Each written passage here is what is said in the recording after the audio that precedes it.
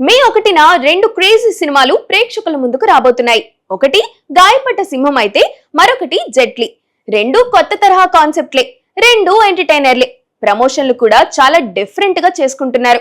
గాయపడ్డ సింహం కోసం అమెరికా అధ్యక్షుడు ట్రంప్ ని ఏఐలో డిజైన్ చేసి ఎడాపెడా వాడేసుకుంటున్నారు. రితేష్ రాణా అండ్ టీం విడుదల చేస్తున్న వీడియోలు కూడా చాలా ఫన్నీగా ఉంటున్నాయి. వాళ్లపై వాళ్లే సెటైర్లు వేసుకుని ప్రేక్షకుల్ని ఆకట్టుకుంటున్నారు. ఈ రెండు సినిమాల్లో ఒక కామన్ పాయింట్ ఉంది, అదే ఫరియా అబ్దుల్లా. ఈ రెండు చిత్రాల్లోనూ తనే కథానాయక, అంటే అందరికంటే తనకే ఎక్కువ పని పడిందన్నమాట. జాతిరత్నాల తరువాత ఫరియాకు ఎక్కువగా ఇలాంటి ఎంటర్టైన్మెంట్ చిత్రాలే తగిలాయి. వాటిని తన వంతుగా న్యాయం చేస్తుంది కూడా. మరో మంచి విషయం ఏంటంటే ప్రమోషన్లో తన వంతు పాత్ర పోషిస్తూ ఉంటుంది.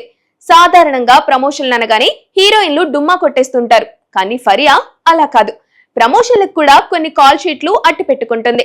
అందుకే చాలా మంది నిర్మాతలు ఫరియా వైపు చూస్తుంటారు. గాయపడ్డ సింహం, జెట్లీ ప్రమోషన్లలోనూ ఫరియాని బాగానే వాడుకుంటున్నారు. ఈ మేడే ఫైట్ లో ఏ సినిమా హిట్ అయినా ఫరియాకు ప్లస్సే అవుతుంది. కనీసం ఒక్క సినిమా అయినా హిట్ అనిపించుకుంటుందని ఫరియా నమ్మకం.